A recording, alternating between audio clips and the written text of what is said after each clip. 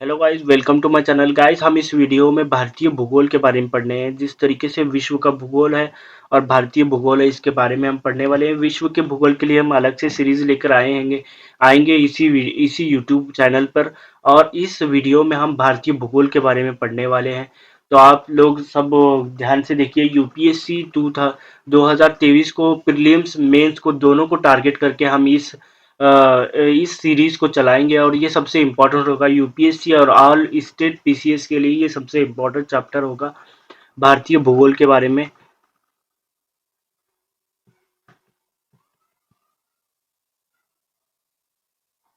भारतीय भूगोल की बात करें तो भारतीय भूगोल में सब लोग इतना कहते हैं कि ये सबसे ज्यादा हार्ड है, मुश्किल है, मगर ऐसा नहीं है। भारतीय भूगोल को चार हिस्सों भूगोल को चार हिस्सों में बांटा गया है। भूगोल जो है वो चार हिस्सों में बांटा गया है। एक है एस्ट्रोनॉमी, जियोलॉजी, ट्रोपोलॉजी और जियोग्राफी। जैसे हमने एस्ट्रोनॉमी की बात करें तो ये खगोल विज्ञान, जो हमारा अंतरिक्ष है, इसके बारे में इसके ज्ञान को हम कहते हैं खगोल एस्ट्रोनॉमी। और भूगर्भ विज्ञान, हमारी पृथ्वी के अंदर के जो ज्ञान है उसको जानकारी लेने को हम जियोलॉजी कहते हैं। स्थलाकृति विज्ञान, जो हमारे स्थलाकृति पे डिपेंड है, उसको हम ट्रोपोलॉजी कहते हैं। और ज्योग्राफी, जो हमारे इन्वायरमेंट, हमारे आसपास जो सारी चीजें हैं, इसको ज्योग्राफी में हम जानेंगे। तो हम इस वीडियो में ये चार टाइप की ज्योग्राफी है। हम इसमें जो अभी सबसे ज्यादा हमारे लिए महत्वपूर्ण है वो है भूगोल ज्योग्राफी। तो यह हमारे लिए इम्पोर्टेंट टॉपिक है। अब हम बात करेंगे भूगोल के बारे में। भूगोल जो है ज्योग्राफी, जिस तरीके से मैंने बताया था कि ये मैंने यहाँ पे ये बनाई है, डिज़ाइन बनाया है, जिसपे हम मैंने इमेज बनाई है, जिसपे मैंने ये बताया है, बताने की कोशिश की है कि ये हमारी पृथ्वी है। पृथ्वी टूटी फूटी हुई है, गोल नहीं है पूरी तरीके से। तो पृथ्वी ऐसे खड्डे वड्डे उसके ऊपर है। तो इसको एक ऐसा हम डॉटेड डॉटेड एक गोल सर्कल बनाएंगे। उसके ऊपर अगर हम बात करेंगे, अगर उसके ऊपर वाली किसी किसी भी चीज की का हम ज्ञान लेते हैं, हम उसकी जानकारी लेते हैं, तो वो ज्योग्राफी कहलाता है। और पृथ्वी के अंदर जो हम देखते हैं, उसके बारे में जानकारी हासिल करते हैं, उसको जियोलॉजी कहते हैं। तो इस चीज को हमें ध्यान से देना है, देखना है। जियोलॉजी किसको कहते हैं और ज्योग्राफी किसको कहते हैं, बस इतना पॉइंट है।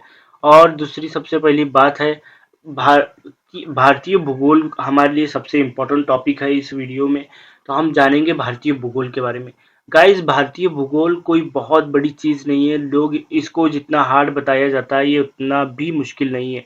ये सबसे आसान तरीका है भारतीय भूगोल। देखो, चार चीजों की अगर हमको जानकारी होगी, अगर चार चीजों की हमको जानकारी होगी तो हमारे लिए भारतीय भूगोल सबसे आसान होगा। और भारतीय भूगोल इन चारों चीजों पे ही डिपेंड है।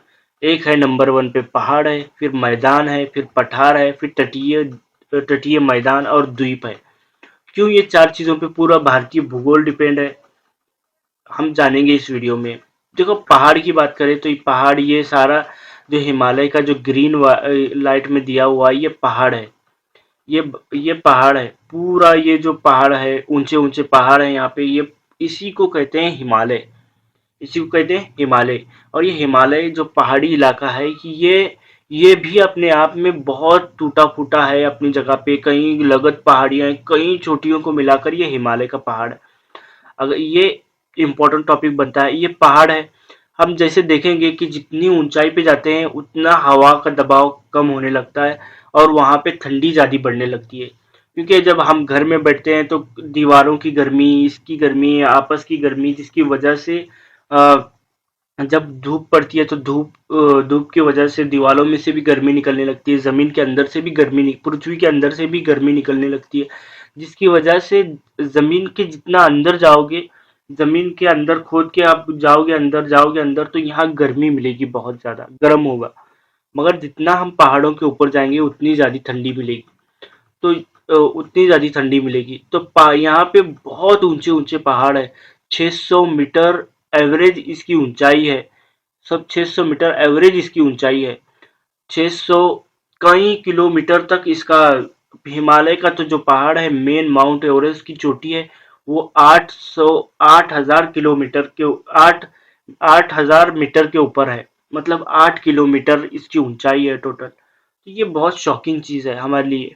तो ये पहाड़ के मैदान है। अगर जब पहाड़ की चीज आएगी तो यहाँ पे बर्फ सबसे ज्यादा मिलेगा पहाड़ के ऊपर, ग्लेशियर मिलेंगे, यहाँ की मिट्टी अलग हो गई, यहाँ के वन अलग होंगे। वन अगर यहाँ पे आम का पेड़ आएगा, अगर नीम का बरगद का पेड़ आएगा तो बर्फ इसके ऊपर गिरेगा और जमेगा, जिसकी वजह से वजन की वजह से पेड़ गिर जाएंगे।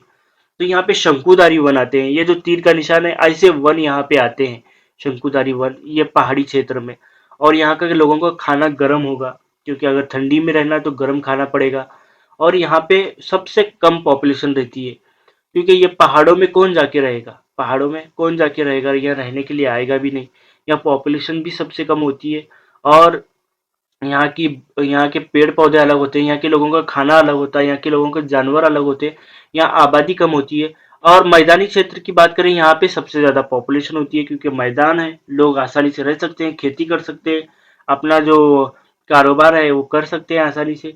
तो यहाँ की मिट्टी भी अलग होगी मैदानी क्षेत्र में। और तीसरी बात है पठार की बात करें, पठार ये हिमालय से भी पुराना बना हुआ पठार है। हिमालय 1100 करोड़ साल पुराना है और हिमालय 1600 करोड़ साल पुराना है। तो हम इसकी बात करें, ये 500 साल करोड़ पुराना है। तो जिसकी वजह से यहाँ पर इसकी जो जमीन है वो पथरीली है। जब भूकंप के झटके लगते हैं तो सबसे ज्यादा यहाँ पे ये हिमालय जो नया नया पहाड़ बना हुआ है, इसके जो उत्तराखंड में जो वो बड़ी बड़ी भूसंगति होती है, मिट्टी ऐसे ढह जाती है, बड़े बड़े पहाड़ ढहने लगते हैं वहां पर। मगर पठारी क्षेत्र में ऐसा नहीं होता है, यहाँ पे सारी मजबूत पथरीली जमीन है। पठारी क्षेत्र, इसकी एवरेज जो ऊंचाई है वो 600 से 1200 मीटर के बीच में है। और ये 1200 से ऊपर अगर रहेगी तो वो पहाड़ी क्षेत्र है। और यहाँ पे भी कुछ पहाड़ है, मगर जो पहाड़ है अरावली पर्वत, यही सबसे पुराना पर्वत है। और उसके बाद दक्कन का पठार है, ये सबसे ज्यादा पुराना है। तो हम दक्कन के पठार की बात करेंगे तो यहाँ की भी मिट्टी अलग होगी, रहन सहन अलग होगा। देखो, ये पूरे भारत का हम ये चारों चीजों पे अगर हम देखेंगे तो हमको क्लियरली पता चलेगा कि सबसे ज्यादा पॉपुलेशन कहाँ रहेगी। पहाड़ों पे तो नहीं रहेगी, पठारों पे भी ज्यादा नहीं रहेगी, तटीय मैदानों पे भी नहीं रहेगी, द्वीपों पे उतनी जगह ही नहीं रहेगी। तो सबसे ज्यादा जो पॉपुलेशन होगी वो होगी वो होगी गंगा के जो मैदान है, ये जो मैदानी क्षेत्र है व्हाइट वाला सफेद वाला, इस गंगा के क्षेत्र में होगी। क्योंकि यूपी, बिहार और बंगाल ये ऐसे क्षेत्र हैं जहाँ पे सबसे ज्यादा पॉपुलेशन पाई जाती है पूरे भारत में। क्यों? क्योंकि ये क्षेत्र मैदानी क्षेत्र है, यहाँ पे गंगा जैसी बड़ी नदी है, यहाँ पे खेती आसानी से हो सकती है, यहाँ पे लोगों को रहने के लिए जगह भी मिल सकती है, यहाँ पे खेती हो सकती है, पानी का कोई टेंशन नहीं है, जमीन का कोई टेंशन नहीं। तो ये मैदानी क्षेत्र है। अब उसी के कंपैरिजन में हम देखें, पठारी क्षेत्र के मुकाबले मैदानी क्षेत्र में भी पॉपुलेशन ज्यादा होगी। अब फसल की बात करें, सबसे ज्यादा गेहूं की पैदावार में यूपी, बिहार और बंगाल होता है। और गंगे गन्ने की भी पैदावार में यही सारे हिस्से होते हैं। तो ये जमीन सबसे अच्छी होती है मैदानी क्षेत्र। और अब जैसे हम बात करें, जो काली मिट्टी वगैरह होती है, लाल मिट्टी वगैरह होती है, ये पठारी क्षेत्र में पाई जाती है। तो यहाँ की मिट्टी भी अलग होती है, जिसकी वजह से जानवर भी अलग होते हैं। तो ये चार चीजें सबसे ज्यादा महत्वपूर्ण है। इसको हमको समझना चाहिए कि क्यों ये चार चीजें हमारे लिए बहुत ज्यादा महत्वपूर्ण है। अब हम इसके बारे में बात करेंगे कि सबसे पहले ये जो बना हुआ है ल्यूरेशिया और ये सारी चीजें बनी हुई है, तो पहले ये जो था एक ये था भावर प्रदेश और खादर प्रदेश की बात करें, फिर उसके बाद बांगर प्रदेश की बात करेंगे, फिर हम कोबरना की भूसंगति के सिद्धांत के बारे में भी बात करेंगे। देखो, कोबर ने एक सिद्धांत दिया था कि सबसे पहले एक जमीन थी वो टूटी, फिर वो दो हिस्सों में बटी, जिस तरीके से लोरेशिया है फिर गोंडवाना है, ये दो हिस्सों में टूटी जमीन। और टूटने की वजह से दो हिस्सों में तो टूटी, फिर टूटने से दो हिस्सों में टूटी जमीन, फिर ये आपस में टकराई, जिसकी वजह से हिमालय का निर्माण हुआ। हिमालय का निर्माण होने के बाद उसमें 33 सागर था, उसमें बहुत ज्यादा कचरा वगैरह था, जिसकी वजह से हिमालय का निर्माण हुआ। तो इस चीज को याद रखना, कोबर के भूसंगति सिद्धांत, ये इसमें आता है। तो अब हम भावर की बात करें। देखो, जब जो नदियां होती है, वो गंगा नदी जब निकलती है हिमालय से, तो ऊंचाई से निकलती है। तो जब ऊंचाई से निकलती है तो इसकी रफ्तार सबसे ज्यादा होती है। तो ये अपने साथ बड़े-बड़े पत्थर भी लेके आती है, मिट्टी भी लेके आती है जब ऊँचाई से आ रही है, क्योंकि हिमालय जो है अभी नया-नया बना हुआ है, नया मतलब ज्योग्राफी की भाषा में ये होता है कई साल करोड़। तो ये 1100 करोड़ साल पुराना तो है, मगर अभी भी इसमें उतनी मजबूती नहीं है जिस तरीके से दक्कन का पठार है। तो ये अपने साथ बड़े-बड़े पत्थर लेके आता है, मिट्टी लेके आता है, कचरा लेके आता है। गंगा के मैदान में अभी भी बहुत सारी मिट्टी बहा के लेके आता है। गंगा की गंगा अभी भी बहुत सारी ऐसी मिट्टी बहाकर लेके आती है। तो भावर प्रदेश, जब वो पत्थर जहाँ पे होते हैं, वो पत्थर एक जगह पे खड्डे में गिरते हैं तो वहां पर पानी नजर नहीं आता। अब हम रेत की बात करेंगे तो रेत पे पानी कहाँ नजर आता है? हम रेत पे पानी डालेंगे तो कहाँ नजर आता है? रेत के नीचे पानी होता है। तो ये भावर प्रदेश की बात है। अब खादर प्रदेश वो प्रदेश जहाँ पे पानी रहता है, कंटिन्यू पानी रहता है। और ये अच्छा जो गंगा और बिहार का जो मैदान है, ये खादर प्रदेश है। और बांगर प्रदेश वो प्रदेश है जहाँ पे कभी बाढ़ आती है 3-4 सालों में। फिर बाढ़ आने के बाद वहां पे पानी पहुंचता है तो नई नई जो मिट्टी बहा के लेके आई है गंगा, और वो मिट्टी वहां तक पहुंचती है। फिर 3-4 साल बाद वहां पे वो बांगर यानी पुरानी जलोढ़ मिट्टी भी कहा जाता है, और खादर को नवीन जलोढ़ मिट्टी भी कहा जाता है। तो इस चीजों को हमें याद रखना है। ये चीजें हमारे लिए इम्पोर्टेंट है एग्जाम की दृष्टि से। और अगर हम बात करें, अगर इसमें हिमालय की बात करेंगे सबसे पहले। अब ये इम्पोर्टेंट टॉपिक हो जाता है हिमालय। देखो हिमालय हिमालय की बात करेंगे तो हिमालय में 4 चोटियां हैं। सबसे पहले ये काराकोर, ये है ट्रांस हिमालय। मिट्टी से ऊंचाई ये ट्रांस हिमालय कैलाश पर्वत तक है। ट्रांस हिमालय ये एक काराकोरम, लद्दाख, जास्कर और कैलाश, ये चारों काराकोरम में पड़ती है। ट्रांस हिमालय पड़ती है, ये ट्रांस हिमालय। अब दूसरा सबसे बड़ी है वृद्ध हिमालय। ये है सबसे वृद्ध हिमालय, मतलब सबसे बड़ा हिमालय है, क्योंकि ये बड़ा हिमालय है और ये कंटिन्यूसली इसकी चोटियां हैं। सबसे बड़ा हिमालय है और कंटिन्यूसली इसकी चोटियां हैं। 6100 मीटर इसकी एवरेज ऊंचाई है।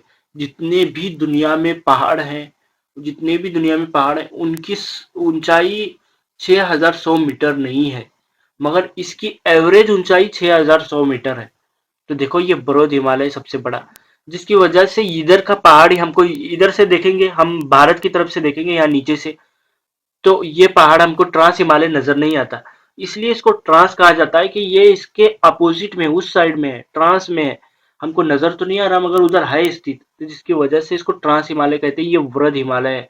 और ये है लघु और मध्य हिमालय। देखो ये बीच में, क्योंकि ये ट्रांस है, ये ज्यादा उतना इंपॉर्टेंट नहीं रहता है। तो ये यहाँ पे वृद्ध हिमालय है। अब इसके बाद है यहाँ पे लघु और मध्य बीच का हिमालय।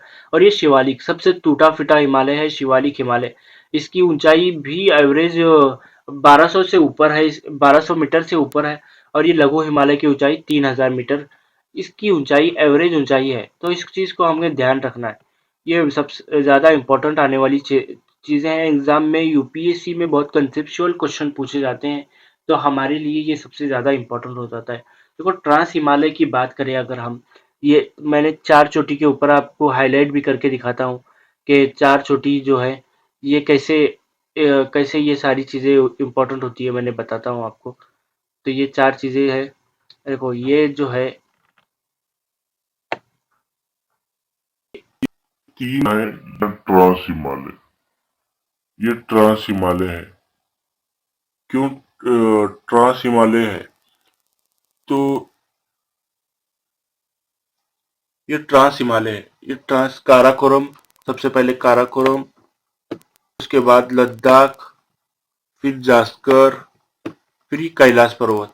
इसमें पीर पंजाल को भी लिया जाता है, मगर पीर पंजाल को बहुत सारे इतिहासकार वृद्ध हिमालय में रखते हैं। तो अभी हम बात कर रहे हैं इसकी।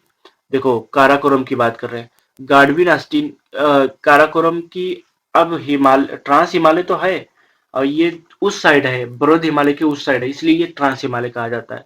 और ट्रांस हिमालय में भी कुछ चोटियां हैं। जिस तरीके से काराकोरम की बात करें, काराकोरम को अब इतने काराकोरम, बहुत सारी चोटियां हैं काराकोरम में। तो आप इसको काराकोरम 1, काराकोरम 2, काराकोरम 2, 3 ऐसा बोलने से अच्छा है जो साइंसदान होते हैं उन्होंने कहा कि इसको K1 K2 कहा जाए तो क्या होगा, अच्छा होगा, हमको याद भी रहेगा। तो इस तरीके से K1 K2 K3 K4 यहाँ पे बहुत सारी चोटियां हैं। तो ये बहुत सारी चोटियों की वजह से K1, K2, K3 ऐसी चोटियां हैं। तो इन चोटियों के बीच कुछ दो चोटियां ऐसी हैं जो सबसे ज्यादा ऊंचाई पे है और इनका महत्वपूर्ण भी है। क्यों महत्वपूर्ण है मैं आपको बताता हूँ। इस K2 का नाम है गाडविन आस्टीन, क्योंकि गाडविन आस्तीन है ये भारत की सबसे ऊंची चोटी है। देखो भारत, माउंट एवरेस्ट दुनिया की सबसे बड़ी चोटी है। माउंट एवरेस्ट के बाद दुनिया में कोई सबसे बड़ी चोटी है तो वो K2 है। गैडविन आस्टीन इसका नाम है, हमको याद रखना है, एग्जाम में पूछा जाता है। जो माउंट